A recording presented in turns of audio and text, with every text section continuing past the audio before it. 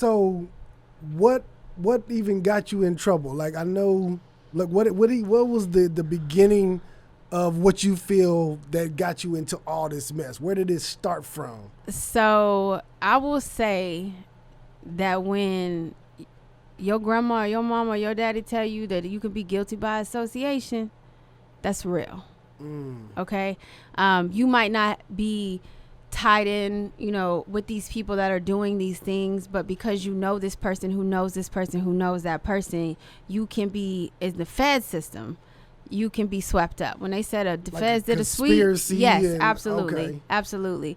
So for me, I got a call in 2013. I was broke as hell. I graduated college in 2012. It was a recession. Where'd you go to school? Florida A&M. Shout out to my Rattlers, FAMU. Okay. Yeah, love my school. Y'all got issues, but I love y'all.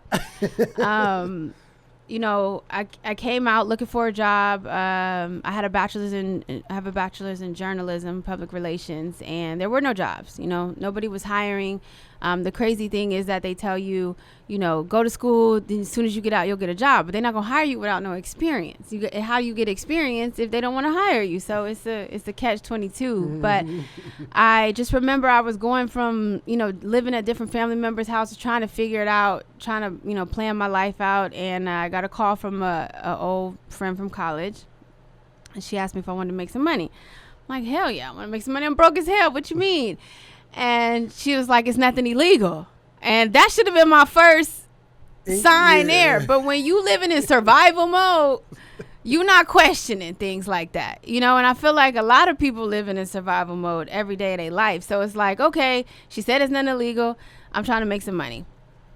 She says, oh, you need to open up, I had this bank account. She said, you need to open up this bank account, open up this bank account. She said, you open up 3 bank accounts? 2. I had one already. Oh, okay. She said, open up these 2 bank accounts, and I'll hit you up. I'm going to fly you out to California. Her baby's father, she said, I trust you. I don't trust a lot of women. I trust you because I know you're not going to try to sleep with my baby daddy and, whatever. It was all cap, all game. But at the time, like I said, I just was trying to, pay bills. And so I take this trip to California.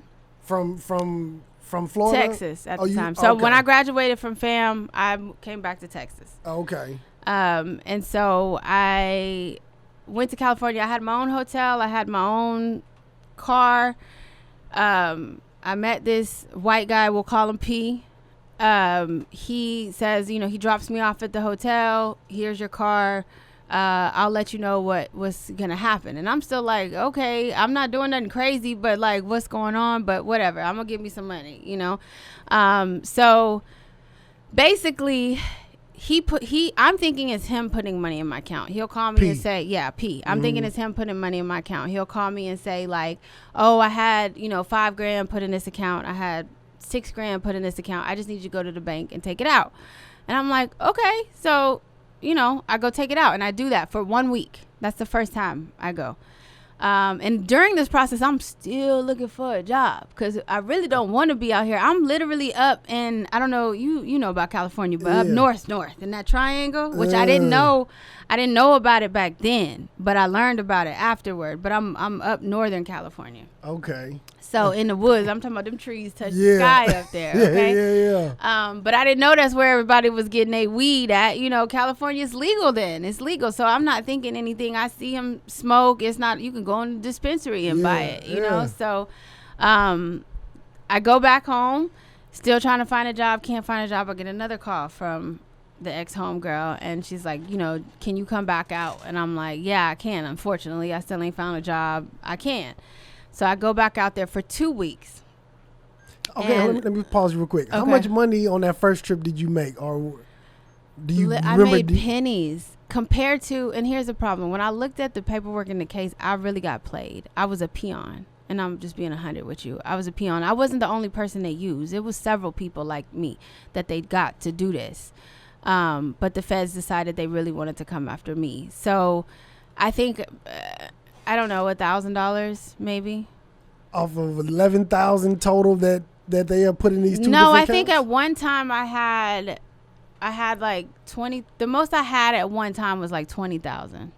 That you actually took out of my account. Yeah. So, okay. but I you got to understand, I'm just moving. I'm not counting. I'm not doing. I'm just, looking back, hindsight is 2020. If I knew I was gonna go to prison, I would have robbed their ass. To be honest, but So the second time I go back out there for 2 weeks, and this is when I started seeing y'all, something is up. I didn't know what. Like I said, weed was legal.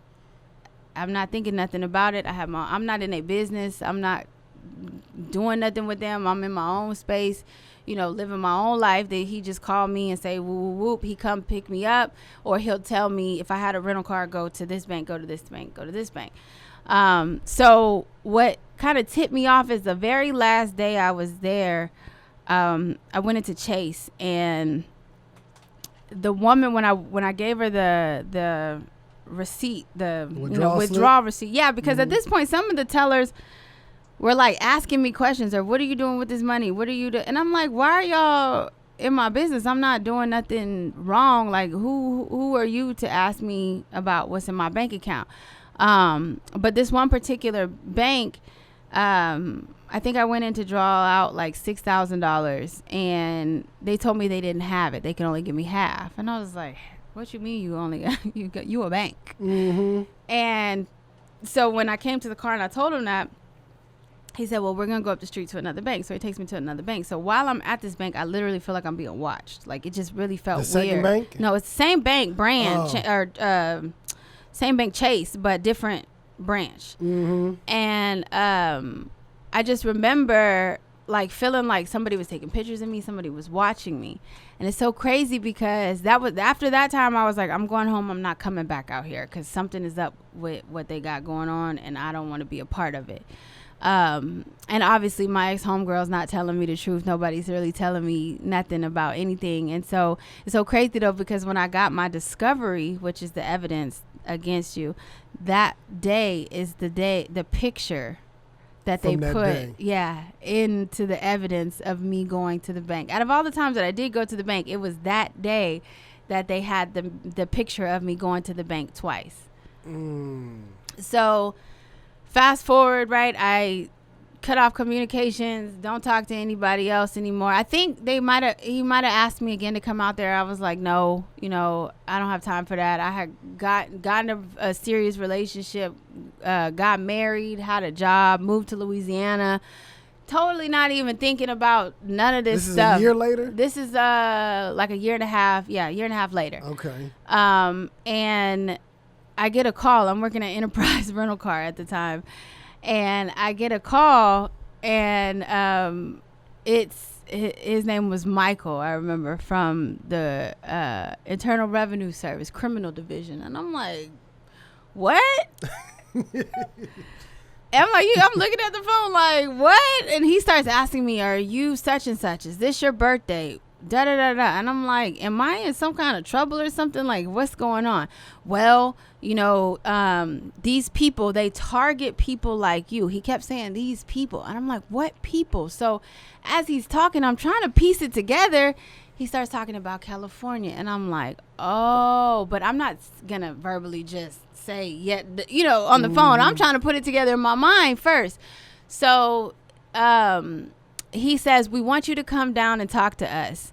And I was in Louisiana at the time, so he wanted me to drive like 3 hours to somewhere in Texas to come and sit on a recorded line and talk to him and the prosecutor and the DEA agent. And I'm like, DEA agent? I'm like, what are you talking about? I don't know what's going on. Like, so, and he's like, bring any text messages and phone calls. And I'm like, I don't even have the same phone that I had. Like, I don't know what this is about. You obviously got the people you want. So why are you calling me? Mm-hmm. So, I get off the phone. I'm hella scared. I don't know what's going to happen. I prayed about it, and I was like, I just don't feel comfortable going to talk to them without an attorney. So I had originally agreed to go meet with them. And I'm like, I thought they were fishing, like, if y'all really wanted me, y'all know where I work, y'all know where I stay. Why y'all didn't come to where I'm at? So I thought they just was fishing and trying to use me to get more evidence or whatever they had going on. I had no idea that what I was battling against.